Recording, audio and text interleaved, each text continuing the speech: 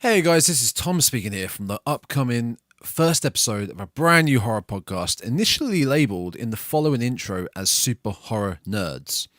Now, I just wanted to add a tiny little prologue here to clarify that during the production and editing side of this inaugural episode, myself and my co-host Ryan have decided to rebrand the podcast as the Dreadcast. This is now the official name we will be going onwards with in the future. So that's about it. It was just a quick FYI at the beginning of the podcast. Thank you so much for listening and letting us nobody small video game streamers / mega horror nerds discuss horror for you in a comforting audio form. We hope. Now, please plug in and enjoy episode 1 of the Dreadcast. Come on, it's just a movie. No, it's not. To some people, the original is their favorite thing in the world. The movie that made them love horror, that mom or dad showed them when they were 10, that bonded them together. And God help anyone who slightly fucks with that special memory, who makes a movie they think disrespects it. It sounds like our killer is writing his own version of Stab 8, but doing it as a requel. Which is? See, you can't just reboot a franchise from scratch anymore. The fans won't stand for it. Black Christmas, Child's Play, Flatliners, that shit doesn't work. But you can't just do a straight sequel either. You gotta build something new, but not too new, or the internet goes bug fucking nuts. It's gotta be part of an ongoing storyline, even if the story shouldn't have been ongoing in the first place. New main characters, yes, but supported by and related to legacy characters. Not quite a reboot, not quite a sequel, like the new Halloween, Saw, Terminator, Jurassic Park, Ghostbusters, fuck, even Star Wars. It always goes back to the original.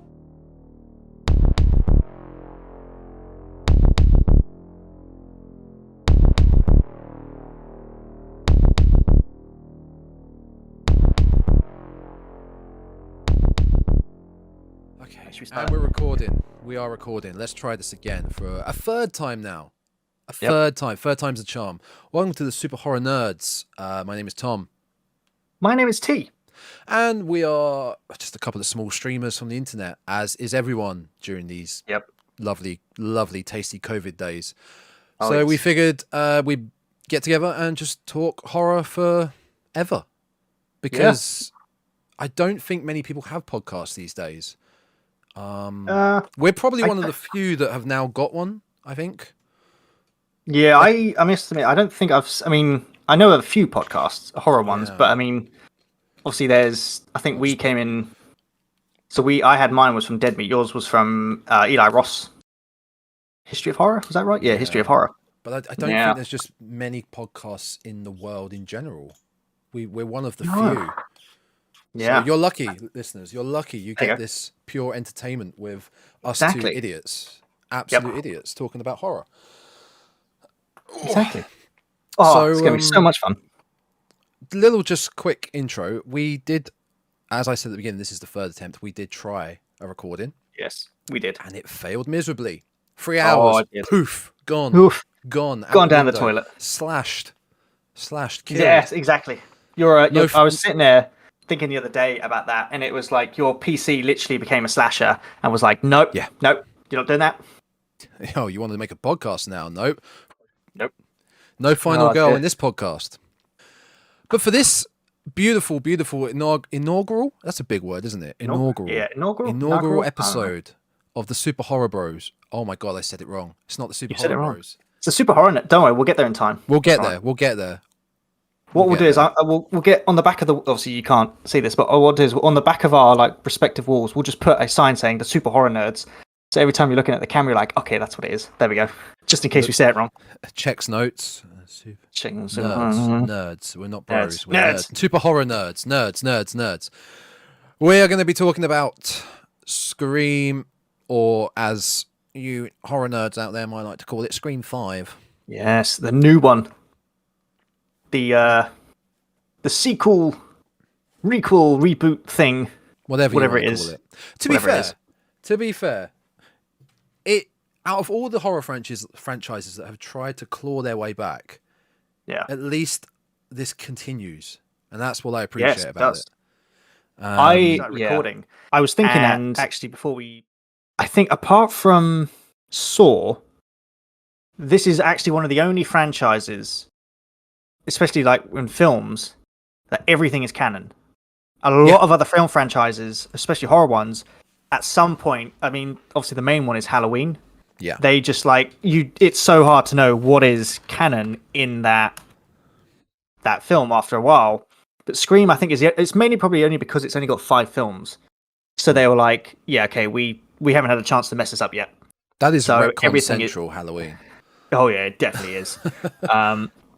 It really is. I'm just trying to work out, because obviously they did the Scream TV series, which, as much as you don't want to cover this, I know we have to, because technically it's in the franchise. We have to?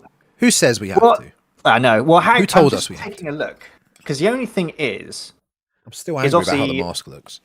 The thing is, it's set in. So the TV series is set in Lakewood, not Woodsboro. So effectively, it's a different Ghostface. Yeah. Because obviously the Ghostface in the TV series, it's a different kind of a mask, because the person who plays Ghostface modified it to not look like the Woodsboro one. But I don't know if the TV series is effectively film canon. Because it's not mentioned. Well, we'll give it a pass, because we'll give it a pass. Like you said, it wasn't that great. It wasn't that great, and at least, like we said, at least the franchise tries to keep it together without retconning the shit out of itself. Yes, that's true. Not many do that. They really do. Just apart from Saw, Saw hasn't. But while we're on this, I mean, we've got a somewhat written down schedule that we want to do for the podcast. But while we're on this, can you think of any other horror franchise over time that has managed to carry on without trying to retcon itself?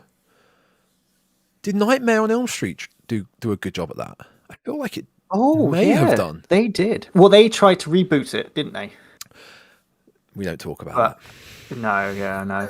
They tried, but then I think after that was the last Nightmare on Elm Street. No, it wasn't. They did. When did New Nightmare come out? There are obviously smaller franchises that obviously can't really retcon themselves when they've only got 2 or 3 films in their series, but when we talk about the grand scheme of things, the major players, the big hitters, you got your Texas Chainsaw, your Nightmare, your Halloween, your Friday the 13th. They all kind of do. Point. Scream, I'd say, is the main one. Scream is probably the main one that hasn't tried yet. Completely persistent in keeping the story together. Apart from Saw hasn't either. What do you think about it? So obviously they did Spiral, but Spiral was still in the same universe. And what about Jigsaw? Jigsaw was in the same universe, wasn't it? I don't know. I never saw it. It looked trash. Oh, yeah. I mean, to be fair, the Saw films just got worse over time. But I mean, you knew at that point in time, you knew what was going on. Jigsaw, I don't think Jigsaw was a reboot. I think it was just a continuation. That's right, folks. We clearly know our horror stuff, so we're doing live research as we record. So Jigsaw was a continuation of the Saw franchise, but it just took place 10 years after John Kramer had disappeared. Well, died effectively. But it still followed all the stories, and Spiral is set after Jigsaw. But it's still, and when you watch that, it's not too bad of a film, but everything that happened before that, they're like, oh yeah, do you remember the Jigsaw guy? And it's still canon. So I would say Saw and Scream haven't tried yet. I think for a modern popular horror franchise, it's probably definitely them then. That's an interesting point of view on it. Yeah. As far as Scream being probably the main one, like you said, other than Saw, to keep it going, what did you think of Scream 5? Now, I actually really liked this film. I liked it more than some of the sequels they did. And I'm going to be honest, there are some moments in this film where I was sitting there and I was actually getting quite emotional. Because in terms of, I mean, obviously the first Scream that came out, Scream 96, it was a parody of horror films. So in some parts, it was kind of funny. And you remember, as you know, horror fans, you'd be sitting there going, "Oh yeah, I know those rules. Oh yeah." But this one, I must admit, it's a lot. I thought it was a lot sadder than actually some of the other ones.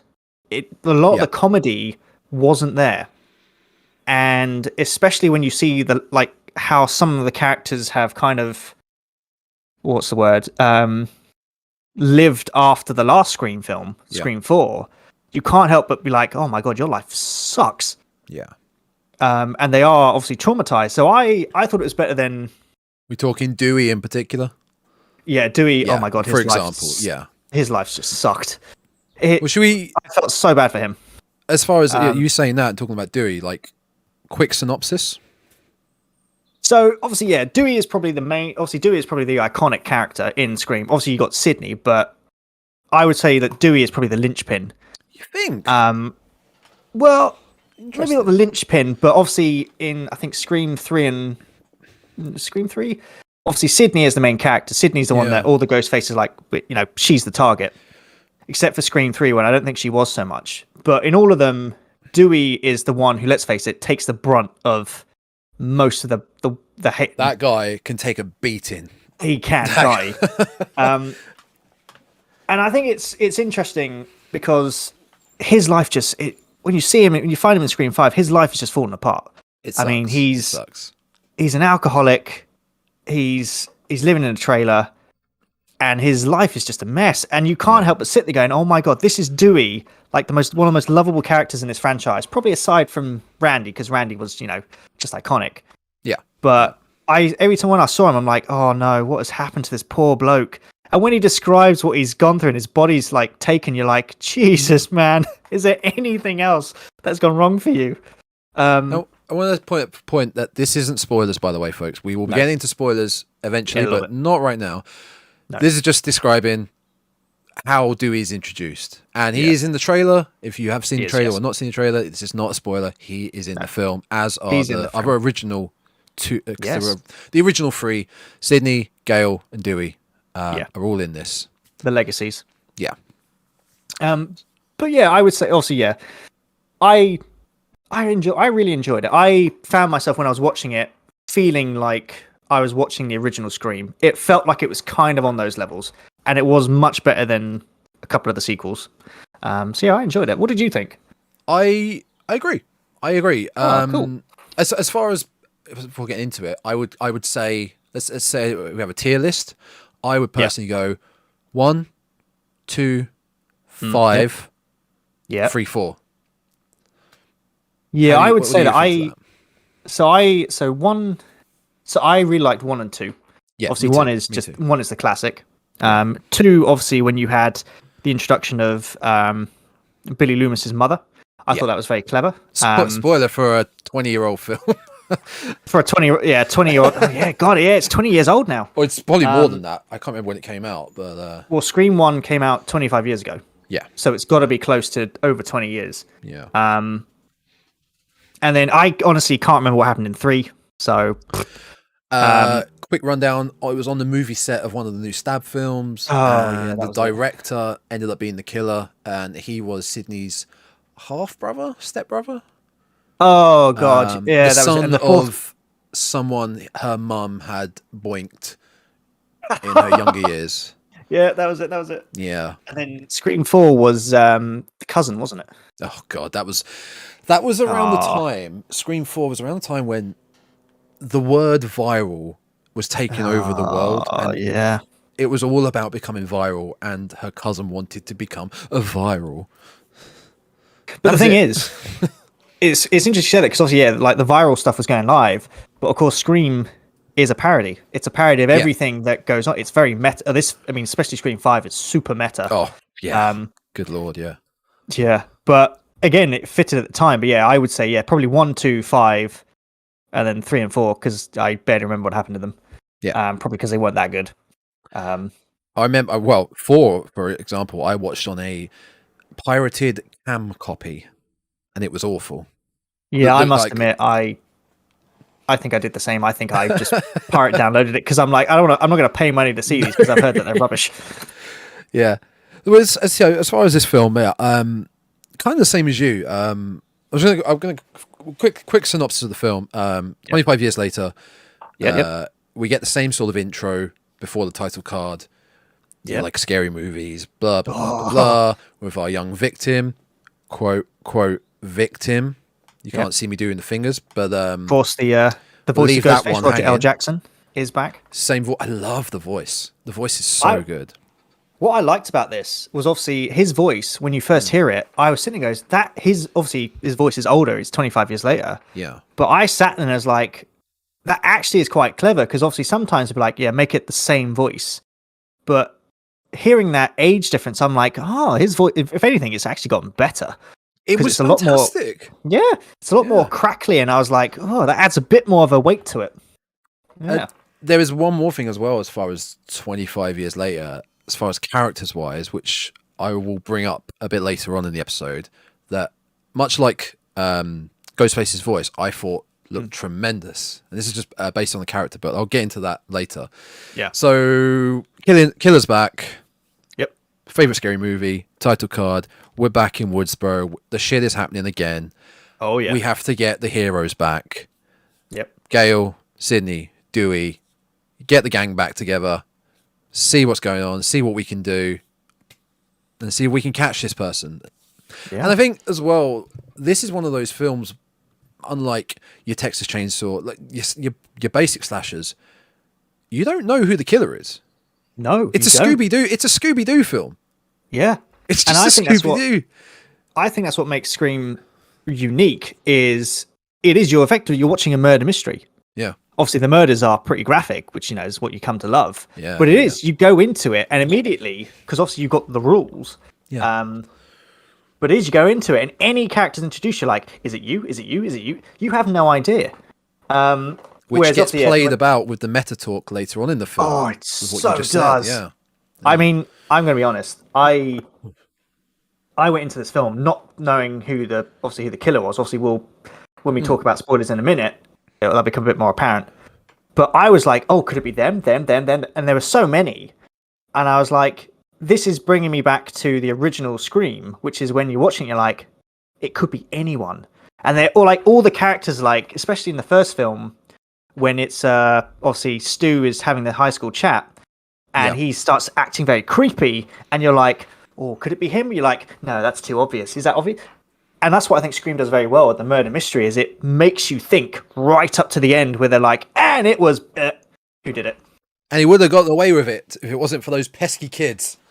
There's never a dog in it though, which is always a shame. I think they should do that in the next one. They have just like a Great Dane that runs past. It's like, oh, excuse me, just high off snacks. Yep. Yeah. Exactly. Whoa, oh, bring Matthew Lillard back in as Stu, and I know. You've got your Scooby-Doo horror film. There you go. Even do the voice. That'd be amazing. It'd be fantastic. Yep. So I mean, I'll admit I was quite brief with the synopsis / plot, but there's not really much else to say about the plot. There is Ghostface is back. We know, if you know Scream, you know Ghostface. Yeah. So you bring Sydney, Gale, and Dewey back, and the new crop of characters, the new younger generation are in it. Band together, and it's just trying to figure out who is the killer. It's interesting because obviously we talk about bringing the OG characters back, but actually quite a few. They're not the only three, because obviously you've got Judy Hicks, who was in one of the earlier films. She was in 4. She was in it. She was in 4. Mandy Meeks, she was in 2, or she was mentioned in 2. Sorry, Randy Meeks' sister. Was it 2 or 3?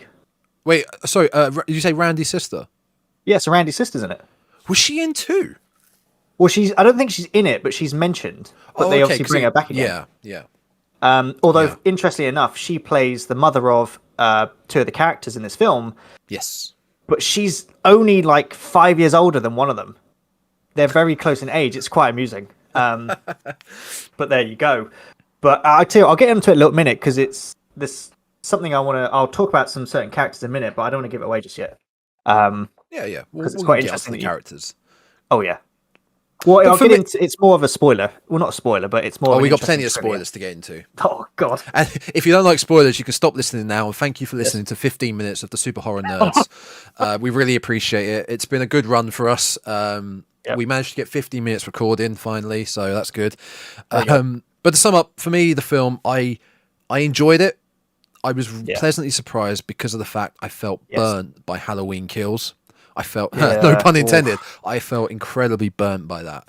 And I enjoyed Halloween 2018, but Halloween Kills did it for me, and that's why I was a bit apprehensive with, oh god, okay, another Scream. They're doing this again for another franchise. We know Texas Chainsaw's coming out at the end of the month. Yep. And like, all right, I'll go see it. And I was like, yeah, this is actually watchable. This is enjoyable. See, I have a few issues. I had a few issues. They're very minor issues that, in my opinion, being a OCD freak of nature, I would have picked out if I was making the film myself. But you can let half of that stuff slide. As a film, as a Scream horror film, it worked really well. You did, yeah. I mean, same as you. When they announced it, I was kind of like, oh god, it's gonna suck. It's gonna be a remake, especially with Halloween Kills. But actually, I think when we get into the meta stuff, I think even the writers were like, okay, people are going to assume it's going to be rubbish. However, let's play on that. And I think, like you said, they did it very well.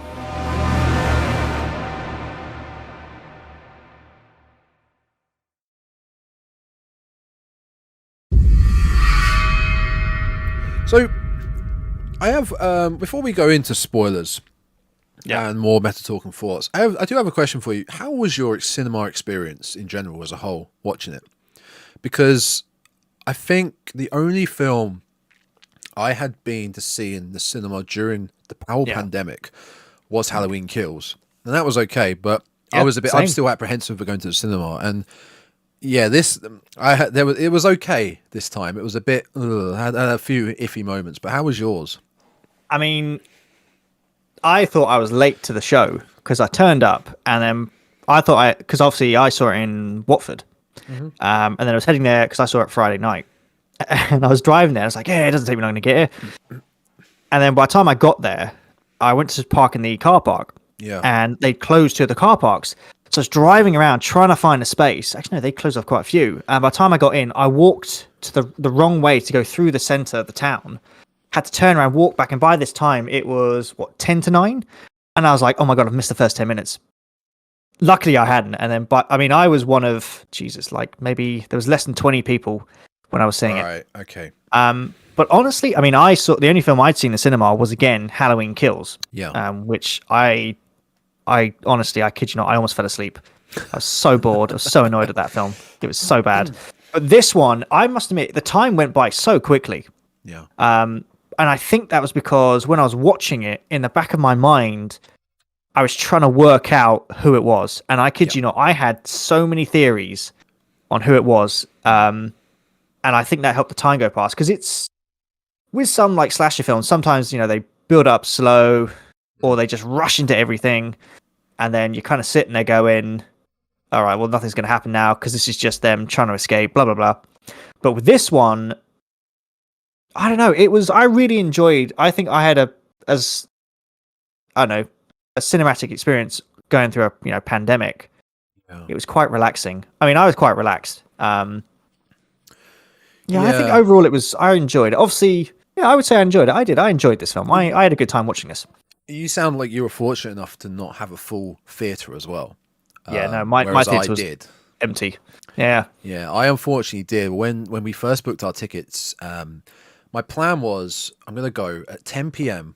on a Saturday night, thinking that people have already been to see it. They're not going to... Who goes out to a cinema at 10 p.m.? You normally come back from the cinema at 10 p.m. and then go out. Yeah, that's true. So I managed to get originally booked tickets. There was no one else in the screen. And then when we got there, it was like 3/4 full. Yeah. And there were people on their phones throughout the film. Oh. I mean, not talking. They're not talking, but on their phones, like people down the few rows in front of me, I could see the screen. Bugs the there crap were out of me. Two guys that walked in halfway through, sat down. What? Then turned around and goes, "What film's this? What's the film?" Oh my God. In my mind, I'm like, no one answer this dick. No one answer this guy. Yep. No one did, thankfully. And then the security guy came in and just escorted them out. But who does that? Who does that? Walks into a film like that and just says, "What is it?" I have a funny cinema story for you. Go for it. It was when I went to see Deadpool 2. Oh yeah. And so the thing is, it wasn't my fault. It was actually the cinema's fault because I think they put the wrong time up for when the film started. Mm-hmm. So I went to see Deadpool 2. Usually I go to see films by myself if I'm not going with the missus. And I went to... FYI, people, there is nothing wrong with that. No, you can go by yourself to the cinema. It's fine. Yeah. In fact, I've gone many a time. I mean, one time I went to see Jurassic World. Yeah. And I kid you not, I went at like 10 o'clock on a Wednesday. I wasn't working. There was no one else in the cinema. It was great. The security bloke kept coming in. He looked around. He looked at me, and I was like, "Yeah, it's just me." And he went, "All right, I'll leave you to it." He didn't come back again. But I went to see Deadpool. I went to see it in the Everyman in Jared's Cross, quite the nice one. Yeah. That is and nice. I think it was, what was it? It was about, I think, like 8:30, something like that. It was an evening show. And the film said, film starts at 8:30. So I went in, I got my ticket, everything. And the guy was like, okay, right, well, you can go in. It's like, cool, it's 8:30, right, cool. So I went in, and the room wasn't that full. So I walked in, I had to walk across two people, walked all the way in, and sat down and looked at the screen and going, oh, these must be the adverts. And as I was sitting there, I could see that some other people were kind of looking around at me going, what the hell is going on here? And as I looked at the screen, I went, this is the last film. And they were still showing the film that was before mine. And I sat there and went, oh my God, I've just walked into the ending of a film. And then everyone else left, and I just sort of sat there going, oh shit. Okay, right. When's my film going to start?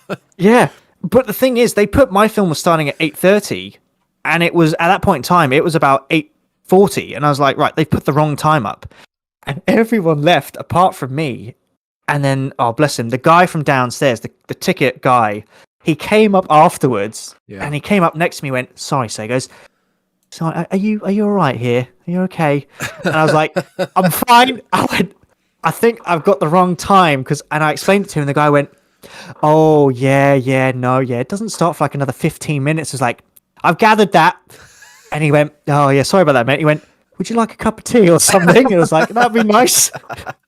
And he brought me this cup of tea, and he went, I'll tell you what, I won't ask you to leave. Just stay here. It's fine. What? And because he knew that if I'd left the room, I'd have to walk past everyone I've just walked in front of. And the guy was like, we won't embarrass you like that again. And I was like, yeah, just leave me here. I'm fine. But yeah, that was fantastic. That is fantastic. Yeah. I caught the end of the last film. I have no idea what film it was, but yeah, it was just the fact that everyone was looking at me, and I'm like, what are you guys all looking at? And I was like, oh my God. Oh, okay. All right. Yep. I know what's happening now. You could have been that person, that dickhead that walked in, go, what's the film? What am I watching? Deadpool 2? What's going on? Yeah, there you go. There's my funny cinematic experience for you. Yeah. I love it. So should we get into spoilers? Because the plot is so thin to describe without spoilers, in my opinion. I mean, basically, I think obviously there is a massive spoiler which we'll get into in a second. Yes. But I mean, obviously, if you haven't seen the film yet and you don't care about spoilers, keep watching. If you want to see the film, obviously see the film, because this might ruin you. But I would say the biggest spoiler for this is actually, if you're watching this film, as I put it, you're actually just watching the first Scream film. It's Scream 1996 again. Mm-hmm. And I realized that when I came out, I was like, I've just watched the first Scream film, but actually the plot of the film that's actually the intention of it, which is with very a twist. Clever. It's like the first film with a twist in a way, and not an M. Night Shyamalan twist. No, who is mentioned in this film? It's quite funny. He is actually. Yeah. So many great. I mean, obviously you've got Samantha Carpenter, who is obviously there playing homage to John Carpenter. Yeah. Wes Hicks is obviously Wes Craven, obviously the late director of the rehearsed Scream film. But Wes. There are obviously that's getting a bit meta, I suppose you could say. Yeah. But yeah, obviously the MO for the killers is they're trying to make us, yes. Not in a killing way. No, we're not going around killing people, but it's fans. Yeah. The MO for the killers are fans. Obviously, the two killers, they're fans of the in-universe Stab films, and they hate the way that the Stab franchise has gone, which actually mirrors obviously our thoughts. Obviously, we're going off Halloween Kills, and we were both super unhappy with it. I think that's the best example of the Halloween franchise to go parallel with it. Yeah. And the two killers are trying to make a requel or whatever they call it, a reboot sequel thing, where they want to bring Stab back on the roots. Yeah. Back on track, not roots. But their way of doing it is by killing people for real. Yeah. It's by killing people and mirroring the original Scream film, which is actually what you're kind of watching. Because when the characters are introduced, the click, you're like, okay, well, that's clearly Sydney. That's obviously the jock. That's the nerd. There's Randy. You've got the weird one. And you just see it goes, okay, you've got the odd lot. I must admit, the only one character did stand out was Liv. Was it Liv? Yeah, Liv. I must admit, Liv was the blonde, the one with the multicolored hair. Yes, yeah. She stuck out to me. I was kind of like, okay, she doesn't really fit this clique, but again, it's great because meta-wise, they just like, yeah, you're just sort of a weird one. You don't really fit. I gotta be honest. As you're saying this, I hadn't clicked that you could relate each character back to a character in the first film. Yeah. Oh yeah. And it makes sense now. It really does. Well, I mean, actually, yeah. Part of obviously the plot of this film is, as you find out, is a lot of the newer characters are all related to OG characters. So obviously you got the Meek, what are they called? Oh, the Meek, the Meeks Martins, Mindy and Chad. Mindy and Chad are obviously the nephew and niece of Randy Meeks. Yep. You have Wes Hicks, who is obviously the son of Judy Hicks, who was in Scream 4, as we said. Who else have we got? You have. Actually, I think that's about it. Not so much related, but Amber. Amber. Amber is not so much related, but they moved into the original Scream house. Yep. The original Maker house. She's already an incessive horror fan, so moving into the Scream house just spurred her on. The other actually, Liv McKenzie, who obviously is. So a lot of people said, "Oh, she's the odd one out because she doesn't seem to be related." Yeah. But it's theorized that she is actually related to Drew Barrymore's character's neighbors, who were the Mackenzies. Fantastic. So that's where they think that's from. Yeah. Okay, let's get all these characters together. So we open with let me just looking through IMDb. Tara being the Drew Barrymore, being harassed by Ghostface, attacked in her house, stab, kill, or not. Because she survives, which I've got to be honest, annoyed the hell out of me. I didn't find it annoying. I actually like, oh, that's different. That's interesting. It is different, yes. But I mean, it's almost scene for scene a recreation of the original Scream with one difficulty. Obviously, you get the iconic "Let's play a game." Yeah. And then he obviously asked about Stab trivia. Sorry. But the difference is when she gets stuck on a question she doesn't know, she gets her cell phone out and she starts IMDbing it. And I sat there and went, that's really clever, because back in the 90s, when she asked Drew Barrymore that question, she went, I don't know. She had no way to do it. But now, of course, you're like, I'm just going to quickly Google it. Yeah. And I went, that's a very good modern take of that. Yeah. But yeah, she gets, I mean, Ghostface mucks her up. Jesus.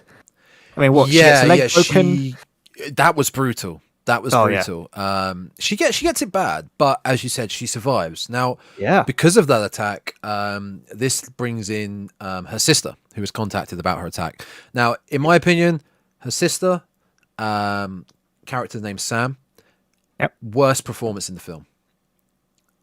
Not in she's an awful actress. I'm saying compared to everyone else, she was the weakest. In my opinion, I think she was the weakest. Tara trounced her in acting, as did Mindy, in my opinion.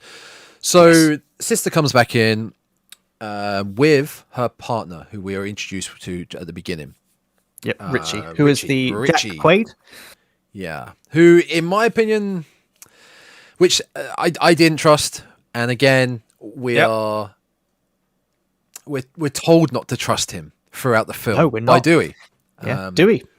Dewey comes in and says, I mean, going off the rules again, which is always don't trust the love interest. Never trust the love interest. I can't remember all the rules. Never trust the love interests. I have an interesting I have an interesting theory about this, but we'll get to it once we've done a few more spoilers.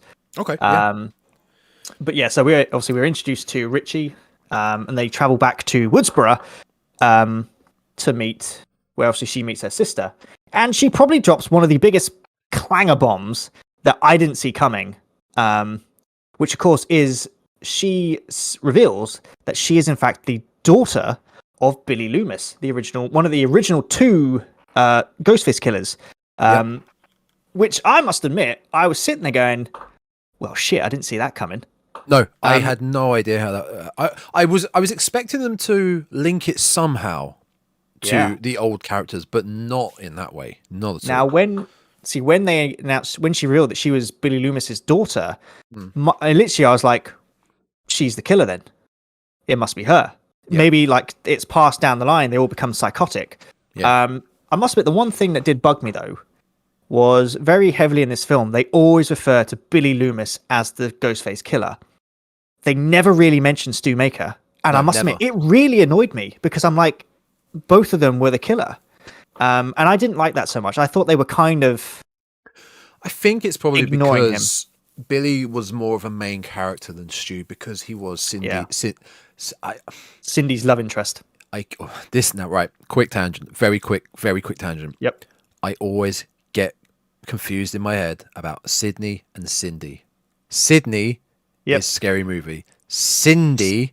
No, oh fuck, I've got it wrong again. No, Sydney is Scream. Cindy is Scary Movie. Right, done. Moving on. Because he was Sydney's boyfriend. That's the one. Yeah. Because he was Sydney's boyfriend and Stu was I don't know. He was kind of like comic. He was comic relief. He was in a way. Him and Randy were kind of comic relief. Yeah, completely. Yeah. So that's that's my theory as to why they just focused a little bit more on it being Billy and not so much Stu.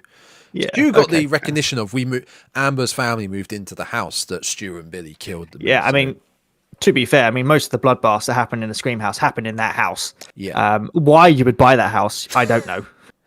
Goes back to Halloween. Goes back to Michael Myers' house. Yeah. Why was that house not destroyed? This is the original Maker house. You'd be like, yeah, no, tear it down. Just tear it down.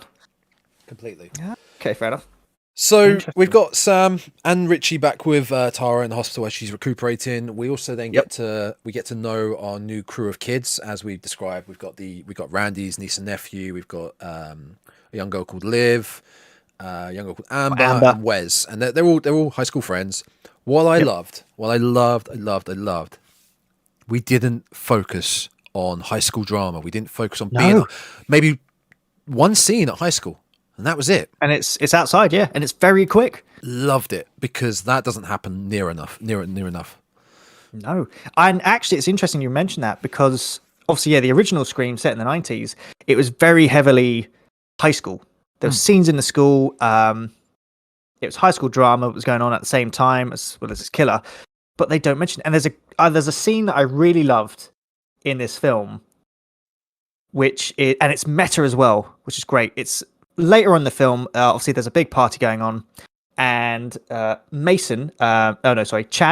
is obviously dating Liv at the time. Yep. And Liv says, all right, let's go upstairs, let's have a bit of boinky. And Chad turns around and goes, is that really a good idea? It's like, dude knows what's up. Yeah. And I sat there with, he's had influence from Randy and Randy's sister and gone, if there's ever a kill on the loose, don't go have sex. Yep. Because it'll be so bad. And actually I went, he's learnt the rules, and he's like, yeah, I'm not going anywhere alone with you. And I went, that's clever. That's very good writing, that is. It's such a weird reality, the Scream universe, if you think about it, because it is. All the classic horror films rely on these tropes in a way. Oh, yeah. And then us as fans in our real life know these tropes, and we're like, oh, okay, they're going to do it. But Scream is like this bridge. Yeah. This like limbo reality bridge in between fiction and our reality. It's getting deep now, where they're referencing the tropes that we know, but at the same time it's not real. It's a fictional story that is referencing real life films. It's really clever. It's like you have, like you said, you got our world, which is world 1, then you have Scream, which is like world 1.5, and then you have all the horror universe, which is world 2. And Scream is that, like you said, that weird bit in the middle where they're like, we know this is what you're thinking, so we're just going to put it in a film. Yeah, it's bafflingly interesting. It's fascinating how it very well written, very well written. Yes.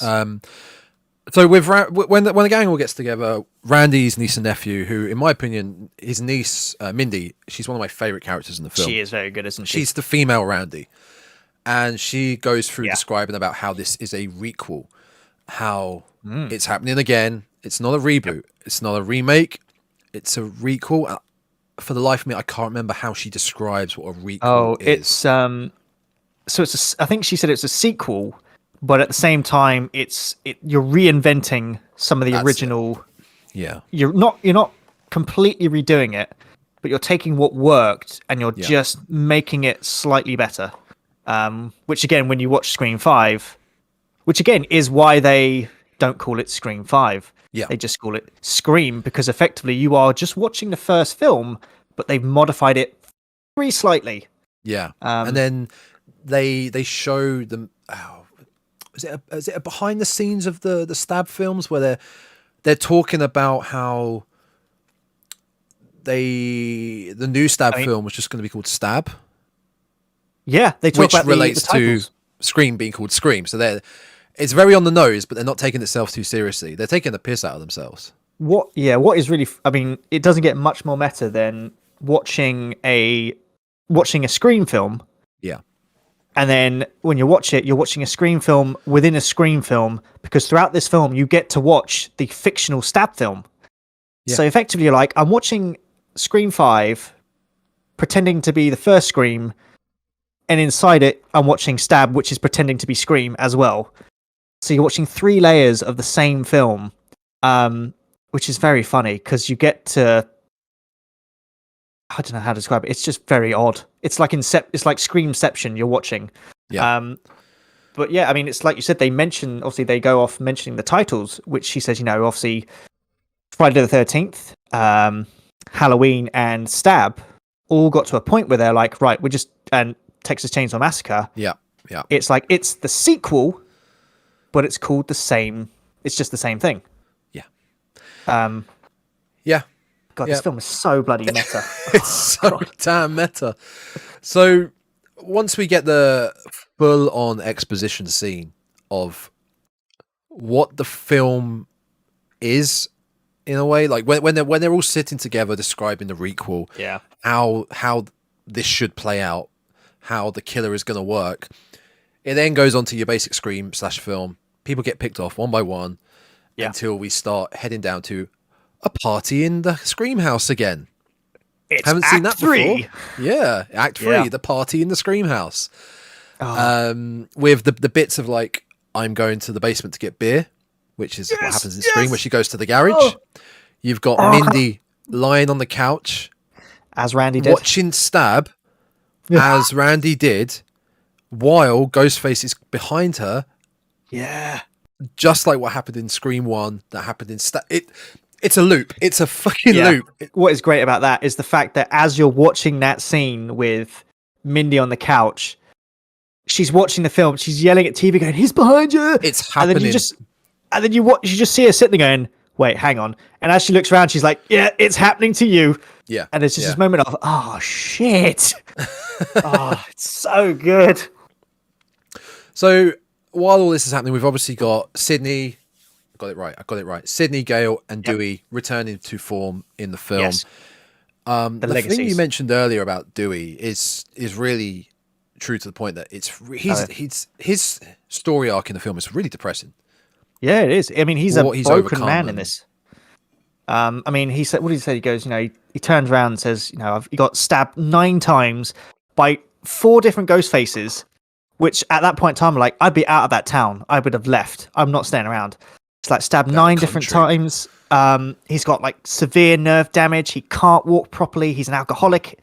Him and Gail have got divorced. Yeah. And you just think, Jesus Christ, what else can happen to this poor bloke?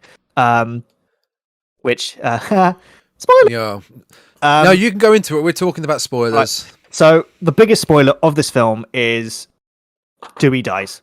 Yeah. And I must admit, I went into this film and I sat there, goes, all right, because obviously they bring back the legacies, and immediately then true horror fans are going, one of them has to die. Exactly. I 100% agree. One of them had to die. And I watched people who read about this, and I think like 99% of the people agree it's like it had to be Dewey, because his death it's such a shocker. Mm-hmm. But the thing is, it's coming. There's a scene in the hospital as Tara's recuperating. Everyone suddenly vanishes, and his sister and Richie are stalling for time because they know they're trying to get to Tara because they know he's gone back for her. Yeah. And they all turn up. Richie. It's Dewey, and they get there. Ghostface attacks. He knocks out Richie, and then Dewey manages to shoot the killer. And then as they get in the lift to escape, he stops and he goes, right, you've got to shoot him in the head. Yeah. Which I think is a very clever reference to Dawn of the Dead, which is zombies, which is you always got to shoot him in the head. I like that. And then as soon as those doors close, immediately I sat there and went, he's fucked. Yeah. That's it. And I went, this is the death scene. And he dies horrifically. He gets it bad. Bad. I have an issue with it, though. I have an issue with it. Oh, yeah? And the issue, the way I'm going to have to get into the issue is spoiling who the killers are. Now, this is interesting because I think you and I, this was something I wanted to bring up because I think we have the same problem. But then I have an interesting theory on it. Fast forward into the end, the killers are Richie, the love interest, and Amber. As we described earlier, her family moved into the original Scream house. She was a hardcore horror fan and whatnot. Oh yeah, she's a. I mean, the both of them are rabidly obsessed with Stab. Now, it's interesting you mentioned the love interest because I personally think that Amber is actually also a love interest, and I think it's very subtly hinted that she's a love interest for Tara. I think she's got big feelings for Tara because when obviously the big. The Act 3 bloodbath is going down. Yeah. They tie Tara up. She ties her up. She doesn't kill her. And when I saw that, I was like, that's odd. Because they're going to kill everyone, but why would they not kill Tara? So, of course, initially I'm like, Tara's one of the killers. But then when it's revealed she's not, I was like, why have they done that? And I think it's because Amber has feelings for Tara and she doesn't want her to die. That could make sense because of the fact Tara wasn't killed in the opening scene. Yeah. Why would? So we've established the killers of this film are Richie, the boyfriend, and Amber, one of Tara's friends. Now they met. I think they met on a forum. Big Stab fans, big horror fans, and they've joined it. So if Amber was the one attacking Tara at the beginning, that might explain why Tara didn't die. Yeah, because she intended to hurt her, but maybe she did so in a way that she knew she wouldn't die. Because it cuts to the title screen, it does the slash and scream. But what happened? Like, did the police turn up and then Ghostface, Amber's like, shit, I gotta run away. Because she stabbed the shit out of her. She decimated her. She stabs her through the hand, she breaks her leg, she stabs her multiple times in the back. If it was Richie, why would she... I mean, maybe Richie did have the motive to stop so that it would get the ball rolling for the Stab film. See, now I do have a theory, but I'll keep it for a little bit later. So my theory is it's potentially hinted at that there is a third Ghostface. No way. Killer. Yeah. Well, so basically, now I think this is going to play into, obviously you've got an issue with Amber being Ghostface, I'm assuming. Potentially.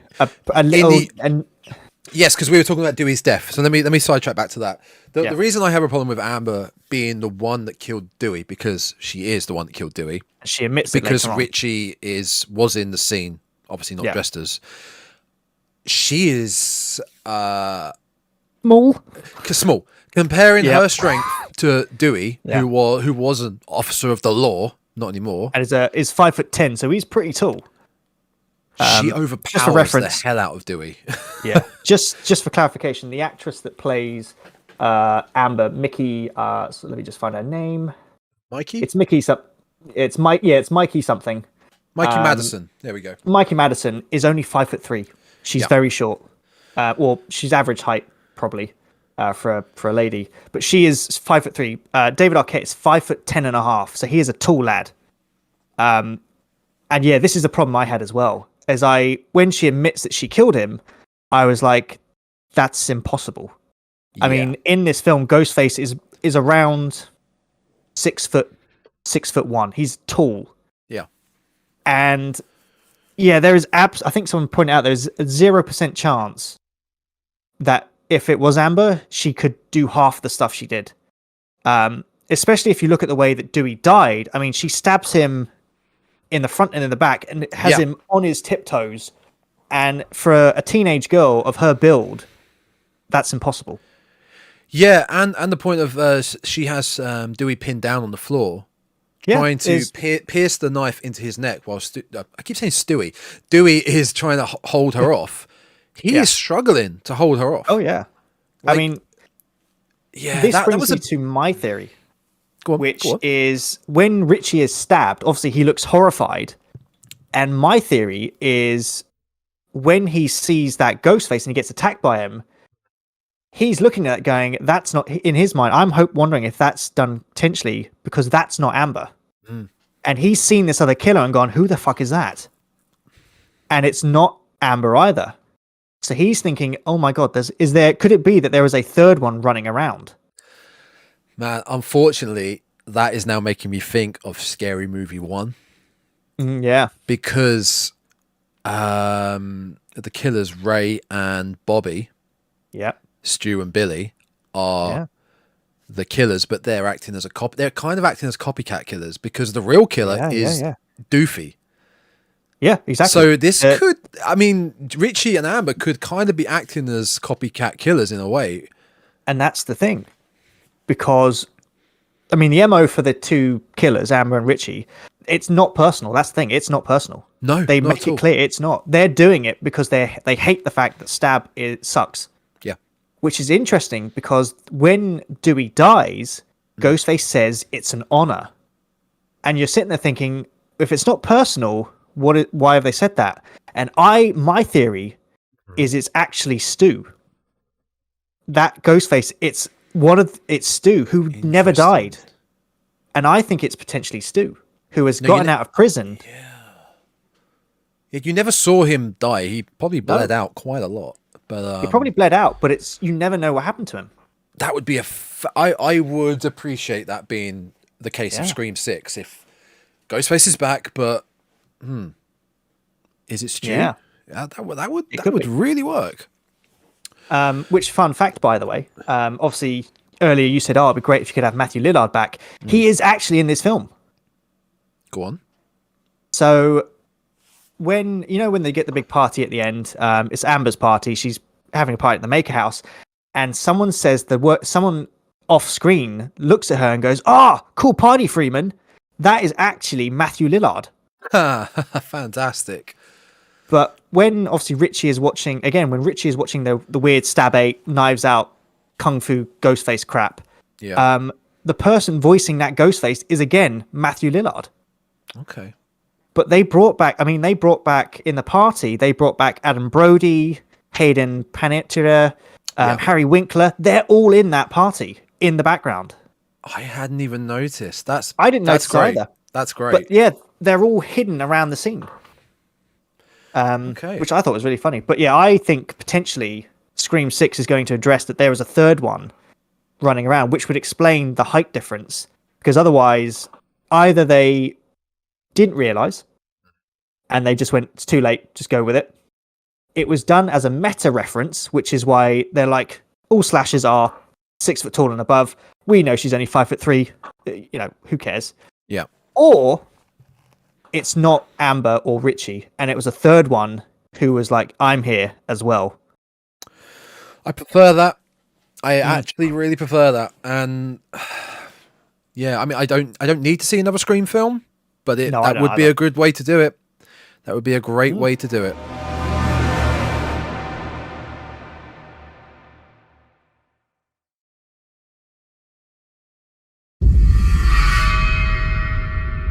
So obviously, out of the 3 returning legacy characters, Dewey was the one that took Took the He got shafted. He got mega. I said took the L because we wanna cater for the younger audiences, and that's what the younger generations say, don't they? He took the L hard. He took the L hard for the team. Jeez. But Sydney and Gail, I mean, they don't get out scot-free. No, they don't. Sydney. She gets a bit messed up. What I do like is that they're not forced in your face. They're not shoved in your face throughout the film as main characters. And the thing, there was one link that I wanted to bring back to was this feels very similar to other big franchises that have come back, and not just horror. You remember Star Wars: Force Awakens? Yeah. How you had to bring back Han Solo, Leia. Oh god, I can't even remember the other. Luke at the end, and Han dies. Yeah, he does. Dewey dies. But you've still got the new crop of Rey, Finn, and Poe. I think that was their names. Yep. I am so out of place with Star Wars at the moment because they got so over the top. I kid you not. Scream 5 has a massive hard on for hating on Star Wars. They rip it to pieces. But again, I mean, it's mainly about toxic fandom, isn't it? Yeah, completely. And the Star Wars crowd can be a bit protective. Little fun fact about Sydney. The line where she said, I think it's Dewey that asks, it's either Gail or Dewey that asks her on the phone when we're first introduced to Sydney again. Do you have a gun? She was meant to just say, she was meant to just respond going, yes. Oh, okay. She improvised that and said, I'm Sydney Prescott. Of course I've got the fucking gun. Nice. Because I think that's such a better line. That's such a better line because just that line shows what she's gone through in the last 4 films. Because of course she's got the fucking gun. She's probably got a fucking arsenal of guns. I must admit, I really liked to see how Sydney had been able to escape from Woodsboro. I mean, I don't know where she moved. I think she moved to Chicago or somewhere. She's moved somewhere. She's gotten married to Mark from Scream 4 or something. She's got 2 kids. And you're like, yeah, she's out. Yeah. And she even when Dewey's on the phone to her and she says, look, it's happening again. Don't come back. She even sits and goes, I'm not coming. Of course I'm not coming back. And I was like, yes. But of course, then you're kind of like, she had to come back. What? Why? You're in this film. Of course you're coming back. I must admit, I thought she was the killer. Yeah. Because I said it goes, or is she just saying she's not coming back? But is she already there? This movie as well. I mean, I hadn't seen Scream 1, 2, 3, 4 for a long time until I rewatched them not long ago when we were prepping for getting used to this podcast and whatnot. This one really solidified to me that she is one of the top strongest final girls, and as in she will fight to her death. Yeah, literally, she is a strong character. I mean, I was about to say I'm about to liken her to Laurie Strode. But actually, Laurie Strode has died twice in the Halloween series. Yeah. Probably a third time this year. Out of all the final girls, she's probably the only one that survived 5 Scream films. Yeah. And I don't think many final girls can actually claim that title. I'm thinking Nancy in Nightmare on Elm Street, but she wasn't in 5, I don't think, in 5 in a row. You could also say the girl from Hellraiser. She survives. Yeah, I can't remember her character's name off the top of my head right now. Nope. But like you said, 5 consecutive films like that. Yeah, it's impressive. So I thought Gail was great. Courtney Cox being Gail as that character, as a douchey. Yep. Douchey. Well, she is a journalist, right? She was a journalist, then became a TV host. Yeah. Yeah, I think she seems like she mellowed a bit. But it was, and again, when she meets Dewey again back in Woodsboro, you can feel that like they went through some rough stuff. Obviously, Dewey, I felt really bad for Dewey because he was like, he says he was a coward for not just admitting he couldn't take it, and I was like, you got stabbed 9 times by like Ghostface, and even she was like, you're not a coward. It's fine if you can't hack something. You can imagine what their marriage would have been like, how toxic. Oh yeah. Their marriage off screen would have been. Yeah. I mean, I really loved seeing them all come back again. So did I. Yeah. it was interesting. I didn't realize this, but obviously, so I think Sydney gets stabbed. So in the end party, Sydney gets stabbed, and Gail gets shot. Turns out Gail got shot in the exact same place she got shot back in Scream 1. Brilliant. Yeah. And I was like, that's so clever. Again, it's very meta. It's like you got stabbed and shot in the same place as the first one. You'd be like, oh, for God's sake. Again, really? So but these attacks, you probably survive. These attacks were happening at the end. Bloodbath. We mentioned about said party that Amber, Tara's friend, was having. Everyone's left the party, just like Scream 1, and all the main characters are left, the ones we have left, and that's where we discover that Amber and Richie are the killers. And it really does, actually. Yeah, quite abruptly. And the ending is very similar to Scream 1. Again, like it all happens in the house. There's a lot of hide and seek. So we'll do a quick rundown of the characters that we've got, because obviously not all of the characters are with us at this point in time. Yeah. So let's have a quick look at so obviously we've got Sam. Order they die in, Loomis. maybe? Yeah, so the order they die in. So let me have a look. Who's the first one? So the first one I think to die was actually Vince, the douchebag. Who stabbed in the car. I didn't care for his little arc, his story arc. Did you catch his tattoo, by the way? On his arm? No. It's a Friday the 13th mask. Oh, that's great. Yep. I think Vince died just because Amber was at that bar scene. She was like, he's a douchebag, I'm going to kill him. One of them was going to kill him. Vince was a character you don't get introduced to that much, and he's just kind of a side character to our main group of kids. Yeah. If you took him out the film, it wouldn't have mattered. He's not. He doesn't. No. So yeah, Vince dies first. Then I think it's the Hicks. I think it's Deputy Judy Hicks. That was that. I mean, he was when they were taunting her. You could see like she portrayed that like maternal panic when he also, because obviously Ghostface taunts her and says, "Look, I'm going to go kill your son now," and she races home, and Ghostface murders her, like stabs her to death. Yeah. In broad daylight, on the doorstep of her house. Yeah, so she's at home already with her son. They're about to eat dinner. She's going out to get dinner while her son is having a shower. And they tease that very well. That is he going to get killed with the classic open the door to the camera, close the door, and then jump scare. He's there, but it didn't happen twice. It didn't happen. Then we pan to Deputy Judy Hicks in the car, like you said. Yep, showing the real horror emotion on her face once Ghostface has rung her and telling her, "I'm going to kill your son. I'm going to kill you." Yeah. Oh, plus then obviously she's trying to call her son, who's having a shower, and I was watching that shower scene going, "This is psycho. He's gonna kill him in the shower." That would have been fantastic. But again, it was another fake out. Yeah. But then obviously after Judy Hicks is murdered literally outside her house, which is a first for Scream, which obviously doesn't really happen that much, especially in broad daylight. Yeah, that threw me a bit because that was quite a suburban area. It wasn't like a house and then some wooded area and then another house. There was like house, like an estate in England, a regular housing estate. And it was so broad daylight.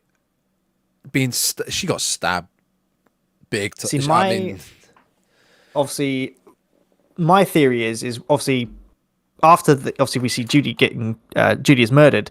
Obviously, Wes is then killed because he thinks his mum's in the house. He grabs his taser, which is great. He dies actually. I mean, the kills in this are very brutal. I mean, he gets stabbed through the side of his neck, and he just gets watched as he just bleeds out slowly, and you're like, oh my God. But my only theory is obviously there are two killers in this film. Is potentially whilst one of them was outside killing the mother, was the other one inside killing Wes, because she calls the cops and she said, "Look, everyone has to be outside my house now." And the only thing I thought when I was watching that scene was, where the hell are all the cops? They should have been there way by now. Yeah, it's a small town. Or he'd killed Wes and then gone outside, waited for the mum to return, and then killed the mum. It could be a weird time thing that they did. Yeah. Who died first? Was it? It was the mum outside first, wasn't it? So we see the mum die first, and then Wes die first. But it could have been Wes died first, and then when the mum got back, he killed the mum. I don't know.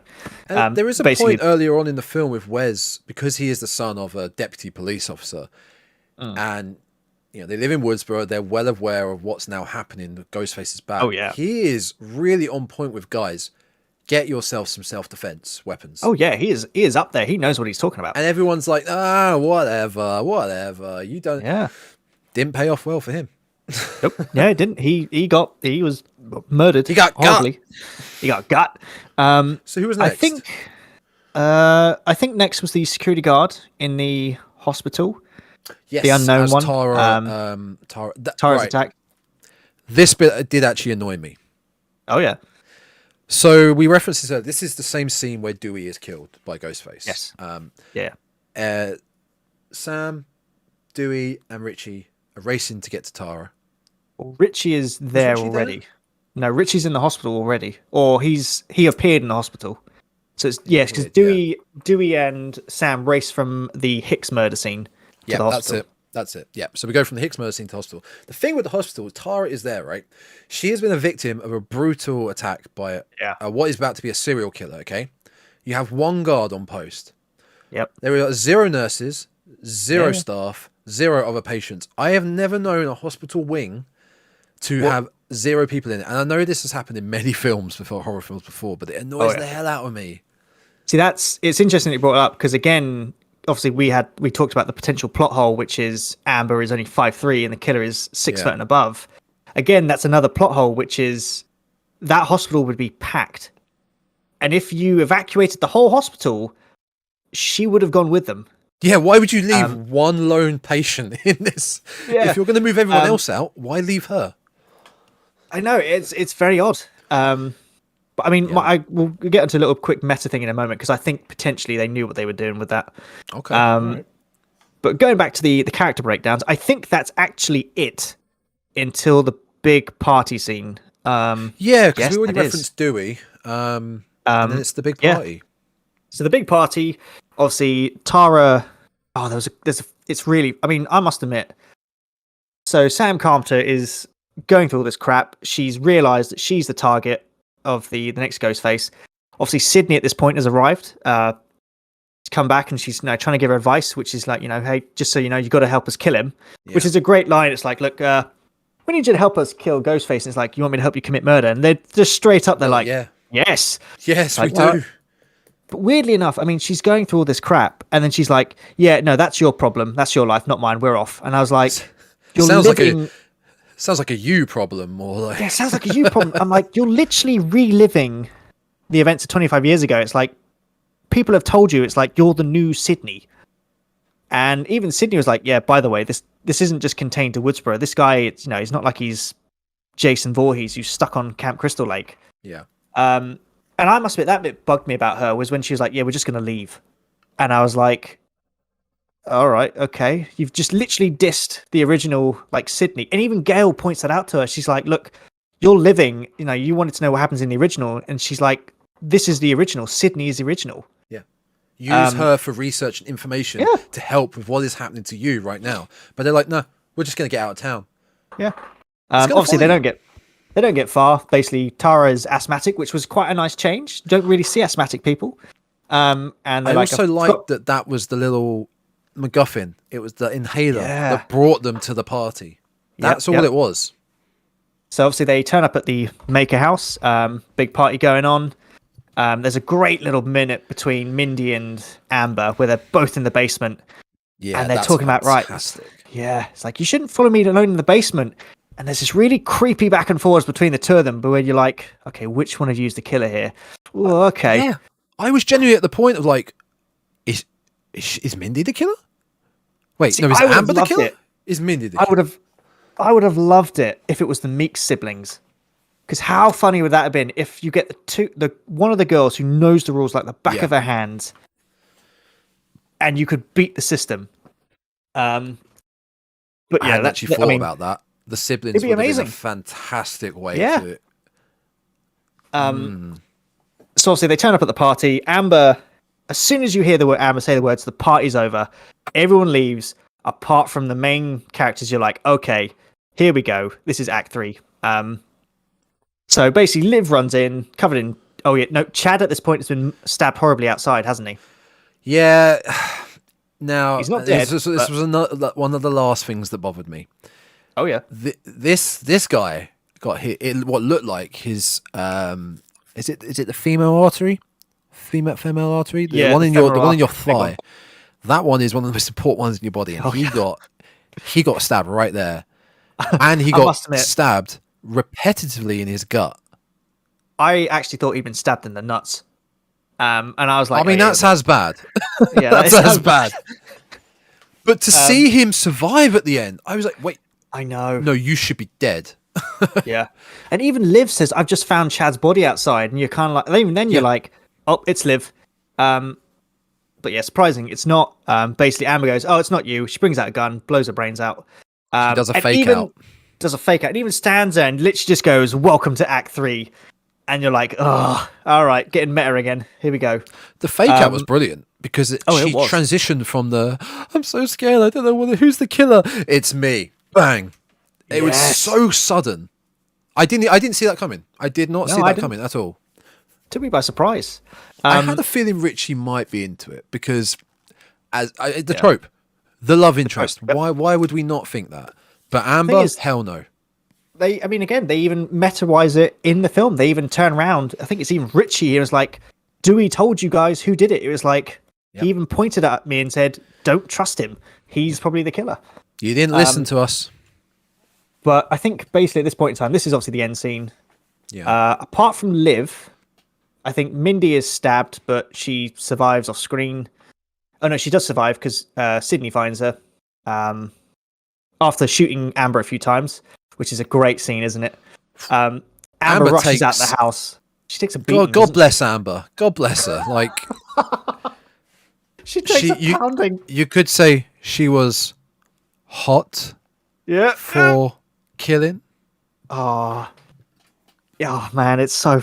I must admit, I was sitting again. I was like, as far as like killing a killer goes, that's probably so over the top. I mean, she rushes out the house, screaming and crying that it's someone's in the house murdering. Sydney and Gail are just like, nah, fuck you. We know it's you. Shoot her a few times. She goes back in the house. She gets horribly. Yeah. So basically, I'm trying to think, Amber is cornered. Amber has Gail and Sydney in the kitchen. A nice playback to the first film where the exposition scene in the kitchen of why we killed them, why we've been doing all this and whatnot. Yeah. Richie's there. That's where they explain that they're the horror fanatics and they want to make a new stab and this is the way they're going to do it. Yep. Obviously, Gail and Sydney have been through this shit many times before. They know how to fight back, and that's where it happens. Sam is also there. Sam is the one that takes down Richie in a very brutal way. Very, very, very brutal way. I can't describe that anymore. It's she comes out of her shell there. That's her best acting performance, in my opinion. The killing of Richie. She goes to town on him. Oh yeah, full on psychotic breakdown. She has on him. This is obviously when Richie's running around asking about his ending in his film, and she's like, "No, I don't care." Well, she slits his throat at the end, doesn't she? Quite brutally. Whilst mirror Billy Loomis, who appears randomly throughout this film, just kind of casually looks on like, yeah, cool. That was one thing I wanted to mention. Sorry, you mentioned earlier about Ghostface's voice and how well it's transitioned over the years. I thought they made Billy look fantastic, and it was Skeet. It was Skeet they did. Didn't it? It was, He looked. I mean, obviously he's so much older now, but he looked great in the visions that Sam was having of him. I did, and one thing I did find was slightly amusing was the fact that he appears as he looked when he died in the first film, and of course she would not know that. No. She wouldn't know what it looked like. I think that was, which I think was, it's just one of those nitpicky things. I think. Well, technically, he was even alive when she was born. Yep. No. So yeah, go fun little trivia for you. Obviously, we talked about a few plot holes, like with Amber not being tall enough. The other major plot hole that this film has is in the film. They clearly state the first event happened 25 years ago from the release of Scream 5. So Billy Loomis died 25 years ago. And when Sam is explaining to Tara about the fact that she is Billy Loomis's daughter, She states that she was 13 when she found out the diaries about her mother, and she said that Billy Loomis is the birth father. She leaves Woodsboro when she was 18 and returns in this film when she's 23, which, of course, makes it not virtually impossible. It makes it impossible for her to actually be Billy's daughter, because he would have died 2 years before. Well, 9 months, a year and a bit, a year and 3 months before she would even have been conceived. So again, I don't know if they meant to release this slightly earlier or they had to re-edit it to coincide with the new release date. But yeah, again, the plot hole is it will be virtually impossible. Well, it is. It's impossible for her to be the daughter. So if you took out all the Billy stuff, the film still makes sense. It doesn't matter. Yeah, completely. I think they were just trying to link it back to Billy. But yeah, obviously that was a bit of a mistake they made. Either that or she's just obsessed with Billy and she just thought, I'm just going to pretend I'm her daughter. Yes, there you go. Scream 6 is actually Sam Carpenter and Stu Maker. It's basically Billy and Stu back again. Exactly, it's Billy and Stu back it all together. comes back around. Yeah. To sum up, we mentioned about Amber and Richie being the killers. They get their just desserts at the end. Oh, yeah, they do. Horrifically. And we're left standing tall with Sydney and Gail. Quick, obviously, Tom referenced, Amber was hot for killing. Basically, Amber is stabbed, shot, burnt alive on the cooker, and then finally has her brains blown out by Tara. Yeah, she ain't going to be in Scream 6. No, definitely not.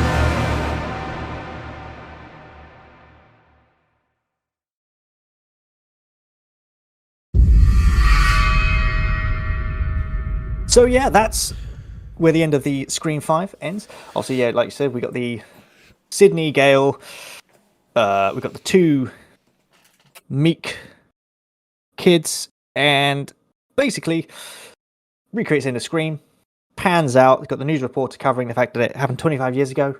The second chapter, as she says, ended here. And there's a cool little dedication to Wes Craven, which shows a Ghostface kind of wiping his blade as he bows, which I think was really touching, actually, because this is the only Scream film that wasn't directed by Wes Craven, which is quite nice.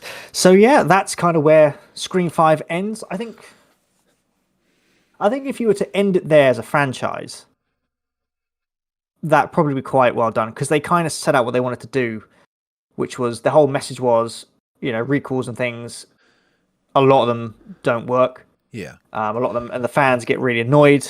Obviously, we'll go into the biggest one we draw on a lot is Halloween Kills. Which, yeah, I love it or hate it. We obviously didn't like it, but I think they did it well. If you do continue it, do you call it Scream 6? That is the problem. Yeah, I think because they've already played the meta part in calling it Scream and not Scream 5. That was the point of calling it Scream. If you call it Scream 6, you've completely just gone against the meta side of Scream 5 and just calling it Scream 6. Oh, we're back to normal. We're carrying it on. Scream 6, 7, 8, 9, whatever. It doesn't have the same impact. I mean, personally, I hope that they don't. Because, obviously, Ghostface is one of the... Obviously, Ghostface is, he's up there with the big slasher killers. Yeah. But I would say he's not got the pull of Freddy. To be fair, we haven't had a Freddy movie in donkey's years. Thank God. From it's about 11 years, I think, since the last one came out. Haven't had a Friday the 13th movie actually in a while either. That was 2009. 2009, yeah. So actually, a lot of apart from Michael and Leatherface, slash films aren't actually iconic slasher films. Iconic franchise slasher films. Yeah, they're not have kind of stopped a bit. Obviously you've got new ones like Terrifier. Actually, there's not a lot of slashers out there nowadays. But the collector in that sense. Yeah, the collector. But there's only two of them. There is meant to be a third one coming, but there's no big franchises really at the moment. Saw would have been the last one. Yeah, Saw would have been the last one was Spiral. And I think Scream has kind of touched on that. It's like, they said, you got these big franchises. Eventually they try to remake them or reboot them. And actually fans are kind of like, it's the same thing again, though, which is why I think this one worked, because I mean they just remade Scream. Yeah. And they make fun of that. I completely agree. This would end it. This would cap it off perfectly as a franchise, in my opinion. I mean, if they made a Scream 6, I'd probably see it only if they brought back Stu. If they brought back Stu, because I'd be like, it'd be kind of cool to have like Stu out of prison, and he goes, you know what? I'm going back. I'm finishing things with Sydney. It's either she'll die or I'll die. One of the two. They bring Stu back with your theory. That would be good. I'd like that. If Stu was actually in this and he was the mastermind and he was running around, that might make an interesting Scream 6. Yeah. But as a franchise as a whole, I wouldn't be too fussed if this was the last way they left it. No, I completely agree. I agree.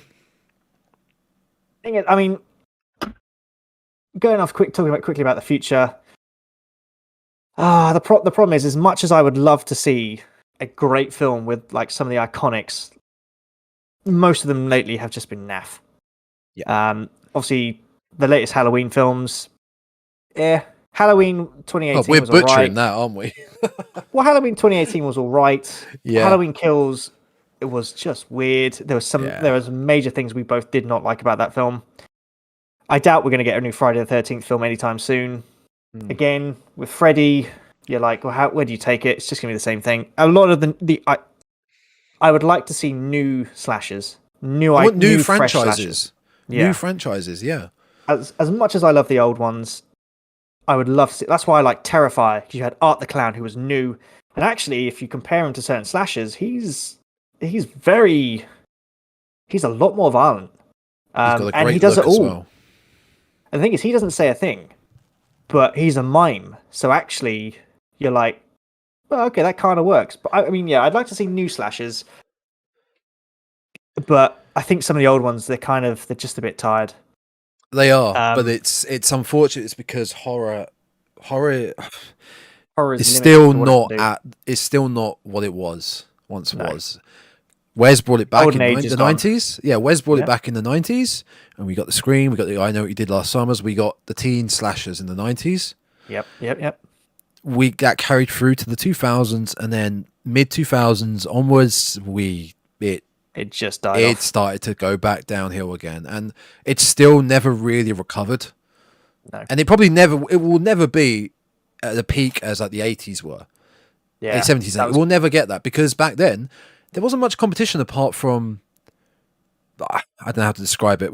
There was no Marvel back then, and unfortunately, Marvel is the monopoly of cinema these days. Nowadays, yeah. I just worked out, when was the actual last Halloween film? Oh, it was the reboots they did, wasn't it? Yeah. Which ones? What do you mean? Do you mean which canon are you talking about? if you would ignore the Rob Zombie ones, yep. So Halloween Resurrection was 2002. So there was a 19-year gap. Halloween Resurrection, the Big Brother one. Yeah, I think with Busta Rhymes. Yeah, exactly. Busta Rhymes roundhouse kicking. Oh my god, yeah. I would like them to kind of end Scream franchise now. Let me just have a look. Future.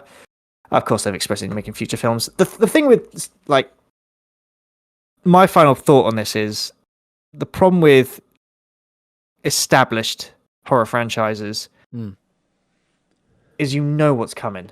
You know what's coming. Yeah. And you're like, I know I'm rooting for the villain now. That's just the way it goes. My thought is I would like to see not Halloween. I'm not looking forward to the new Halloween film. Say that. No.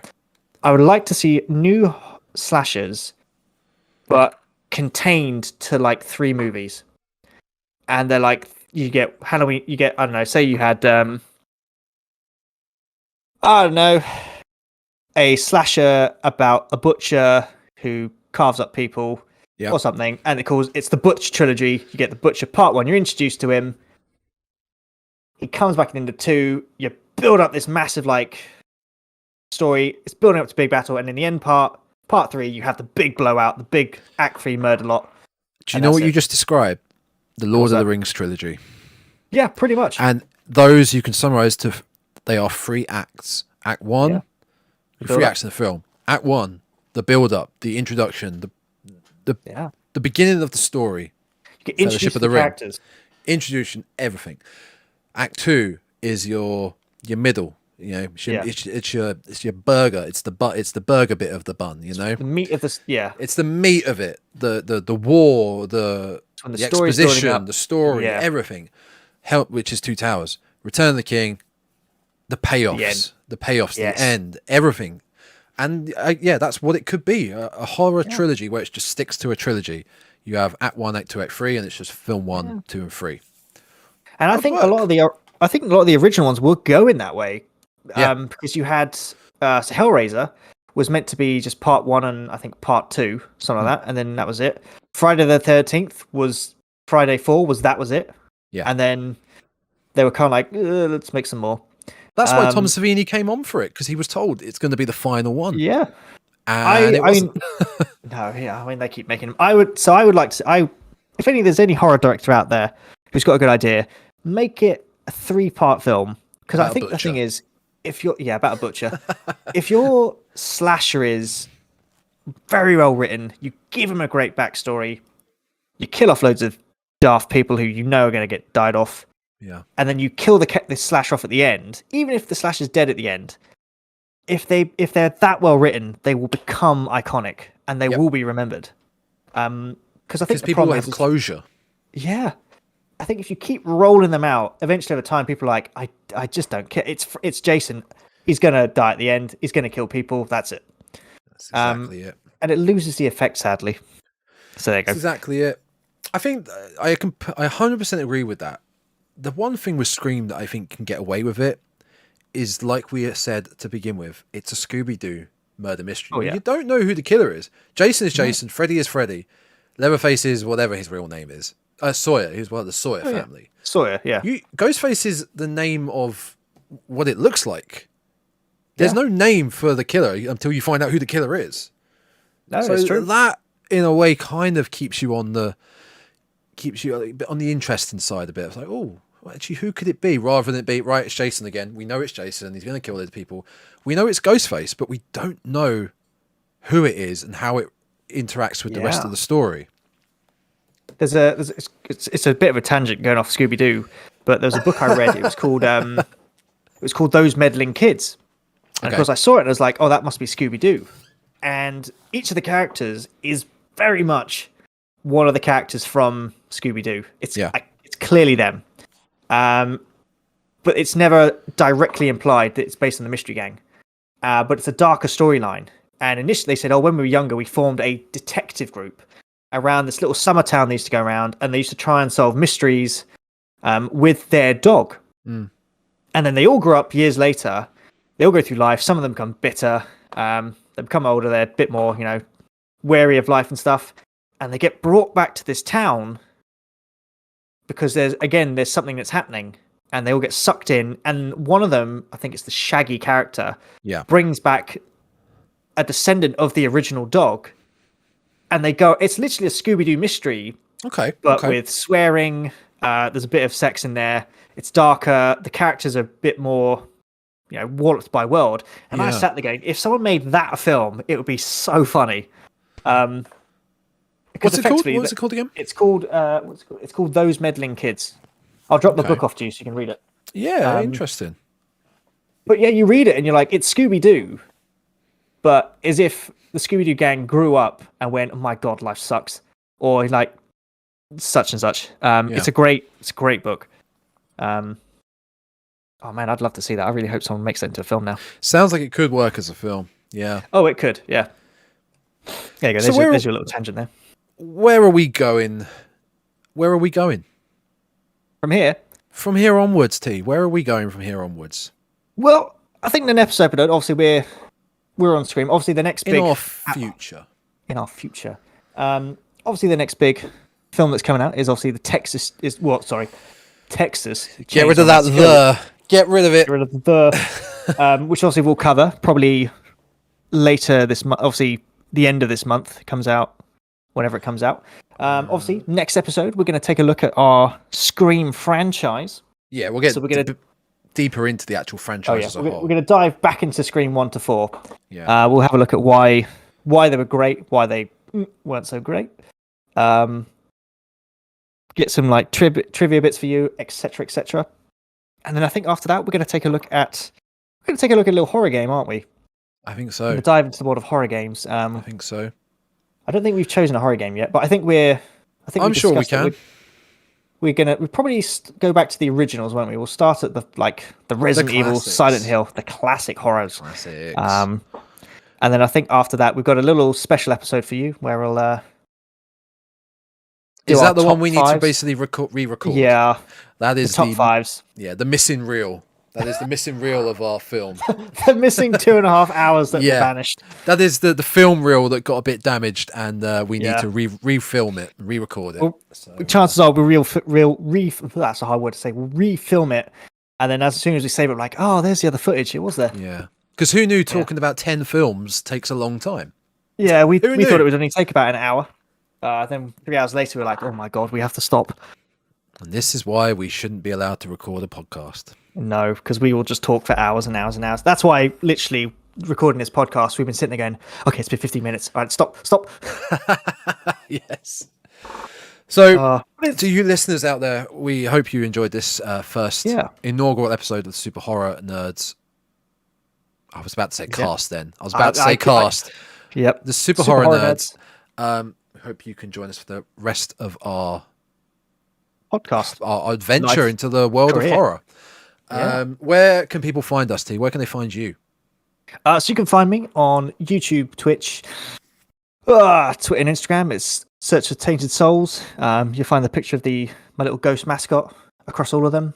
You won't really find anyone else with that name, so no, I don't think you will. Yeah, I think I'm pretty very covered. easy to find. Yeah. And myself, where can they find you? We are both little small streamers on the Twitch side. We do stream the odd video game on the Twitch program. You can find me on Twitch at Gaming Grindhouse, all one word. On Twitter, that is Tom Grindhouse. We only just realised that we weren't following each other on Twitter before we record this podcast. That's great, isn't it? Yeah, we actually only met a couple of days ago, so we just figured we met on the street and go, hey, you've got a horror shirt on, let's record a podcast. No, that's a lie. That's a complete lie. Yeah, no. Can you imagine? That was so funny.